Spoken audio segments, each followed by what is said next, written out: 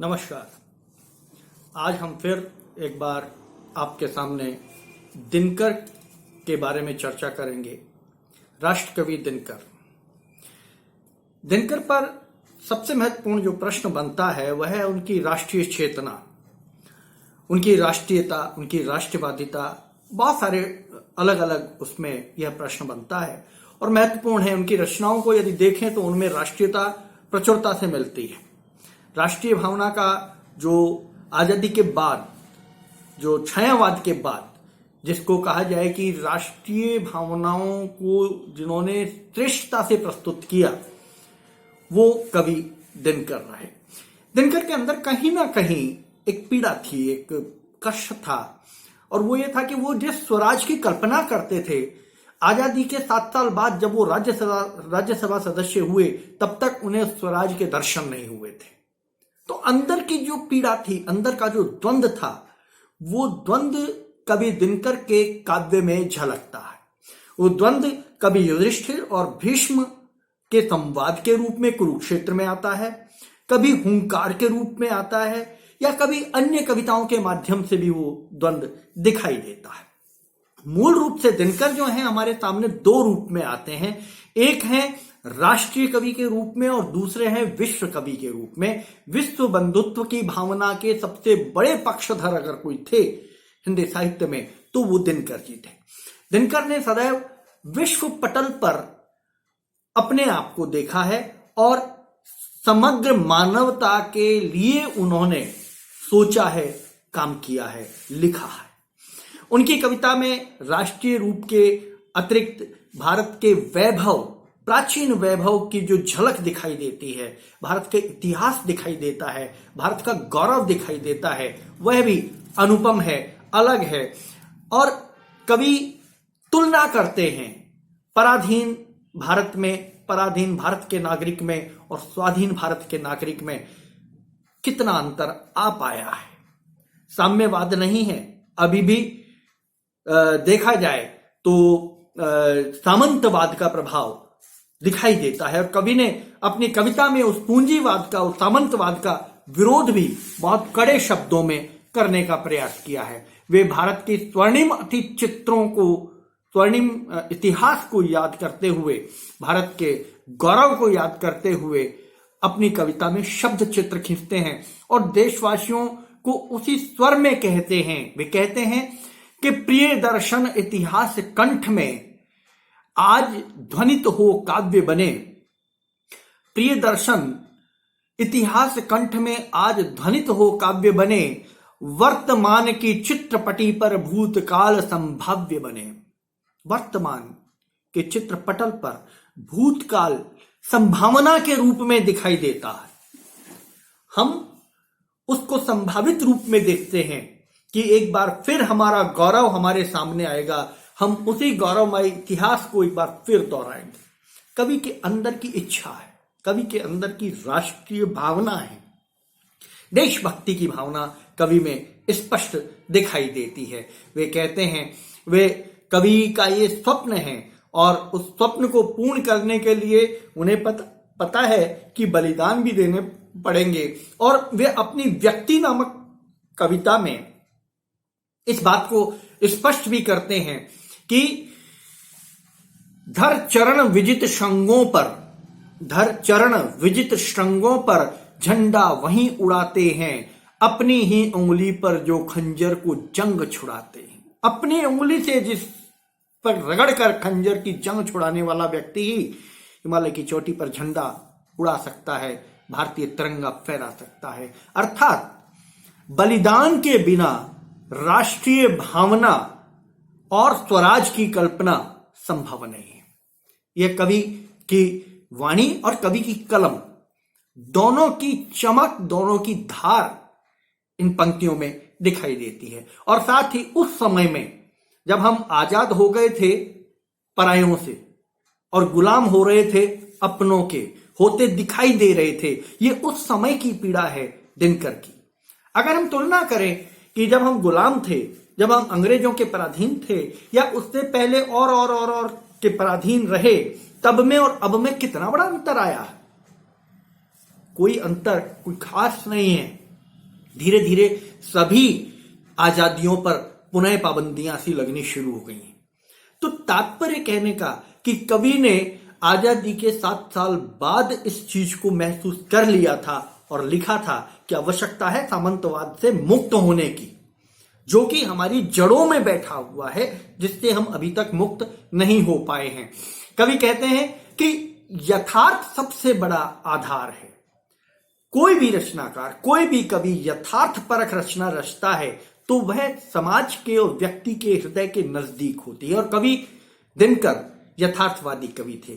छायावाद के उत्तरार्ध में उदय होने वाले दिनकर सबसे बड़े राष्ट्रवादी कवि माने जा सकते हैं। और कुछ आलोचकों का तो मानना है कि छायावाद के बाद का जो समय रहा वो दिनकर का ही समय रहा, वो दिनकरवाद के रूप में भी माना जा सकता है। तो इतना बड़ा उनका उस समय का औरा दिनकर साहब का था, जो उनके साहित्य के माध्यम से पनपा। दिनकर कहते हैं कि यथार्थ का पाठ पढ़ाया नहीं जाता है, अंदर से उत्पन्न होता है। यथार्थ लिखने की हिम्मत होती है, आत्मिक बल होना चाहिए आपके अंदर, सत्यनिष्ठा होनी चाहिए आपके अंदर, तब जाकर आप शोषितों को, पीड़ितों को न्याय दिलवा पाएंगे। तब जाकर आप अत्याचारों और दासता का विरोध कर पाएंगे। तब जाकर आप शोषकों को लताड़ पाएंगे। तब जाकर आप जंजीरों में बंधी हुई मानवता को तोड़कर स्वतंत्र हो पाएंगे। वे कहते हैं कि यह असमानता की जो गहराई है, इस गहराई को पाट कर ही हम अत्याचारों से मुक्त हो सकते हैं। उनकी एक कविता मुझे बहुत अच्छी लगती है और बहुत यथार्थ परक है। स्वानों को मिलता दूध वस्त्र, भूखे बच्चे अकुलाते हैं, माँ की छाती से चिपक चिपक जाड़े की रात बिताते हैं, युवती की लज्जा वतन बेच जब ब्याज चुकाए जाते हैं, मालिक जब तेल फुलेलों पर पानी सा द्रव्य बहाते हैं। यथार्थ चित्रण है इसमें, तत्कालीन भारत का यथार्थ चित्रण है। तो यह लिखने की हिम्मत केवल राष्ट्रवादी कवि दिनकर ही कर सकते थे, जिन्होंने अपनी रचना में सांप्रदायिकता का विरोध किया है, हिंदू मुसलमानों को एक ही मां की 2 संतानें बताया है, एक ही मां की 2 आंखें बताया है, और सांप्रदायिकता का विरोध करते हुए उन लोगों को लताड़ा है जो इस सांप्रदायिकता का बीज बोते हैं, अपने निजी स्वार्थों के कारण, अपने निजी स्वार्थों के लिए जो राजनीतिक खाई को चौड़ा कर देते हैं, भाई से भाई को लड़ाते हैं। और इनको समझाने के लिए दिनकर कहते हैं कि जलते हैं हिंदू मुसलमान, जलते हैं हिंदू मुसलमान, भारत की आंखें जलती हैं, आने वाली आजादी लो दोनों आंखें जलती हैं। कि आजादी का मतलब है कि दोनों के लिए बराबर है। ये भारत मां की 2 आंखें हैं, और जब ये दोनों लड़ाई जाती हैं तो दोनों ही जलती हैं। कवि बड़े दर्द भरे शब्दों में अपनी बात कहते हैं। कवि गांवों की स्थिति से भी अपरिचित नहीं है। गांव में जमींदारों और किसानों के बीच का जो भाव है, जो बीच की बहुत बड़ी खाई है, उस पर भी कवि करारा व्यंग करते हैं। यानी राष्ट्रीयता के संपूर्ण पहलू को, जिसमें संपूर्ण राष्ट्रीयता आती है, गांव से लेकर शहर और शहर से लेकर देश और देश से लेकर विश्व तक की यात्रा दिनकर जी करते हैं। गांव में किसान अपना पसीना सींचकर खेती करता है, सुनहरी बालियां उगाता है, और एक क्षण में जमींदार साहूकार आकर उनकी मेहनत, उनकी फसल को उठाकर ले जाता है। कितना पीड़ादायक दृश्य होता होगा वो, कि वो निरीह आंखें केवल उस अपनी मेहनत को देख रही हैं जो जा रही है, उसका फल उन्हें नहीं मिला। और वो साहूकार, वो जमींदार जो आज भी सामंतवादी प्रथा के अनुसार उस पर अपना हक समझता है, उसका विरोध करते हैं, और कभी ऊंची दीवारों को तोड़ने की पहल करते हैं, तोड़ने की प्रेरणा देते हैं, तोड़ने के लिए लोगों को जागृत करते हैं और कहते हैं, देख कलेजा फाड़ कृषक दे रहे हृदय शोणित की धारें, देख कलेजा फाड़ कृषक दे रहे हृदय शोणित की धारें, शोणित कहते हैं रक्त को, खून को, हृदय शोणित की धारें, और उठी जाती उन पर ही वैभव की ऊंची दीवारें। किसान के खून की धाराओं पर विलास और भोग का जो महल खड़ा होता है, भोग विलासिता की जो इमारतें खड़ी होती है, वो किसान के रक्त की बूंद पर खड़ी होती है। उसको समझने की जरूरत है, इस खाई को पाटने की जरूरत है, साम्यवाद की जरूरत है। और दिनकर एक कट्टर साम्यवादी थे। दिनकर इस बात को स्वीकार भी करते हैं, वे कभी इसको इनकार नहीं करते। वे समाजवाद के पक्षधर हैं, वो साम्यवाद के पक्षधर हैं। कहते हैं कि बिजली की इस चकाचौंध में देख दीप की लो रोती है। बड़े बड़े महलों में, बड़ी बड़ी अट्टालिकाओं में तो बिजली से रोशन हो रहा है, और झोपड़ियों में दीप टिमटिमा रहे हैं, वो भी बुझने के कगार पे। तेल खत्म हो गया है, बाती जल गई है। और कभी कहते हैं कि बिजली की इस चकाचौंध में देख दीप की लो रोती है, अरे हृदय को थाम, महल के लिए झोपड़े बलि होती है। महल के लिए झोपड़े बलिदान देते हैं, तब जाकर महल रोशन होते हैं, तब जाकर महलों में भोग विलास की वस्तुएं आती हैं, तब महलों में जाकर ऐशो आराम होता है। उसके पीछे, और ये तो एक सच्ची बात है, सत्य है, हमारा श्रमिक वर्ग आज भी श्रम कर रहा है, आज भी श्रमिक ही है। और हमारा उच्च वर्ग उनका शोषण करके, उनके श्रम के बल पर ऐशो आराम कर रहा है। पूंजीपति और पूंजीपति होता जा रहा है, गरीब और गरीब होता जा रहा है। ये खाई जो समाज की है, इसको पाटने की जरूरत है। दिनकर इस बात का समर्थन करते हैं, और समर्थन करते हुए कहते हैं कि इन पूंजीपतियों को अब जवाब देने की आवश्यकता है। हमें भाग्यवादी बनकर सहन करने की आवश्यकता नहीं है, अब खड़े होकर लड़ने की आवश्यकता है। और एक क्रांति की आवश्यकता है, एक क्रांति, जिस क्रांति में पूंजीवाद जल जाए और समानता आ जाए। और कहते हैं, उठ वीरों की भाव रंग की, दलितों के दिल की चिंगारी। उठ वीरों के भाव रंग की, दलितों के दिल की चिंगारी। युग मुदित यौवन की ज्वाला, जाग जागरी क्रांति कुमारी।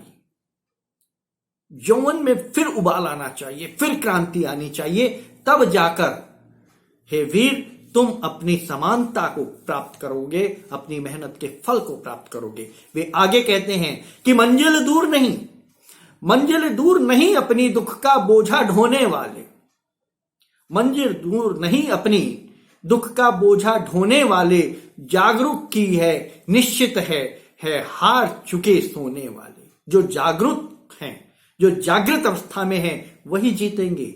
और जो सो गए हैं, जो जगाने से भी नहीं जाग रहे हैं, जो झंझोड़ने से भी नहीं जाग रहे हैं, वे हारे हुए हैं। और कभी उन जागे हुओं को संबोधित करता है कि जाओ और अपनी मंजिल को ढूंढो और अपनी मंजिल को प्राप्त करो।